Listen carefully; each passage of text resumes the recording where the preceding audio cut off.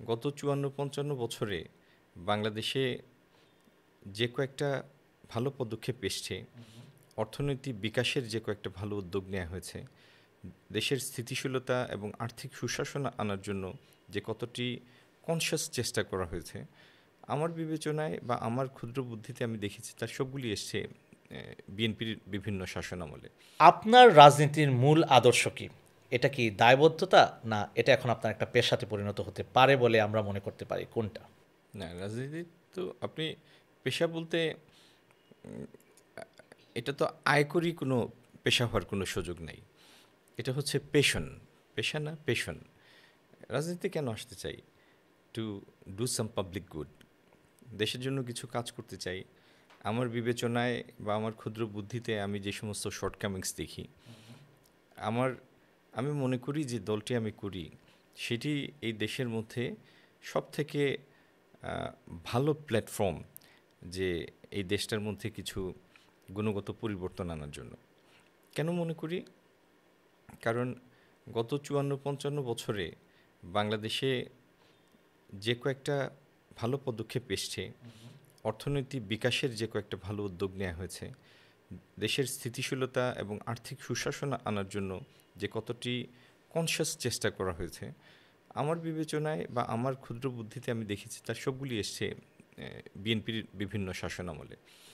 জিয়াউর রহমান সাহেবের সময় যে দেশটাকে পৃথিবীর অন্যান্য বড় শক্তিগুলি বাতিলই করে দিয়েছিল যে এটা একটা ডিসকাউন্টেড স্টেট, এটার প্রাকৃতিক কোনো সম্পদ নাই, এটার ছোট্ট একটা দেশ, এটার মধ্যে জনঘনত্ব এত বেশি, এটার ধারণ করার ক্ষমতা নাই, এটার আহ, এটার কিছুই নাই, এটার কোনো ইনস্টিটিউশন নাই, এটার অনেকে তো এই তলাবিহীন ঝুড়িও বলেছিলেন আমাদেরকে।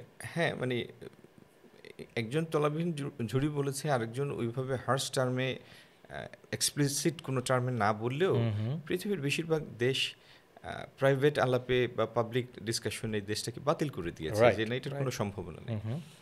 তো সেই বাতিল হয়ে যাওয়া দেশটা অল্প কয়েকদিনের মধ্যে ঘুরিয়ে ফেললেন জিয়াউর রহমান। তার সেই নেতৃত্ব, তার সেই দেশপ্রেম, তার সেই স্বজনপ্রীতিহীনতা এবং এটার একটা অংশ।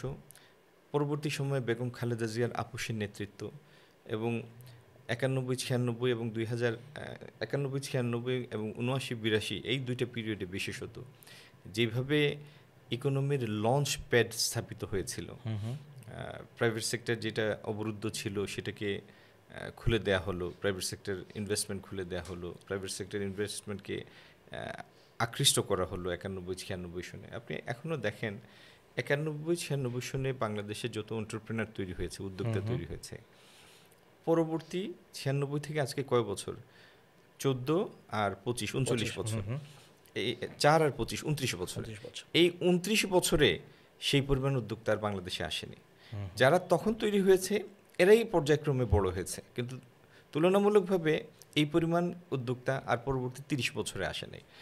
তো এই জন্য আমি মনে করি, এবং পরবর্তী সময়ে আমাদের নেত্রী বেগম খালেদা জিয়া যে ভিশন 2030 উপস্থাপন করলেন, তারেক রহমান সাহেব যে ৩১ দফা নিয়ে আসলেন, এবং তার গত ৫ অগস্ট পরবর্তী তার যে বক্তব্যগুলি, এগুলির মধ্যে দেশের প্রতি যে কমিটমেন্ট, দেশের পরিবর্তনের জন্য তার যে কমিটমেন্ট, তার যে ডিটারমিনেশন, দলীয় শৃঙ্খলা রক্ষায় তার যে দৃঢ়তা, প্রায় ৭,০০০-এর মতো নেতাকর্মীকে উনি বহিষ্কার করেছেন, এইগুলির কারণেই আমার অবস্থান, আমার বিশ্বাস যে না, বাংলাদেশকে যদি আসলেই একটা ভায়াবল, ফিজিবল, ফাংশনাল দেশ হিসাবে কেউ পরিবর্তনের ক্ষমতা রাখে, সক্ষমতা রাখে, সেটা এই দল, বাংলাদেশ জাতীয়তাবাদী দল।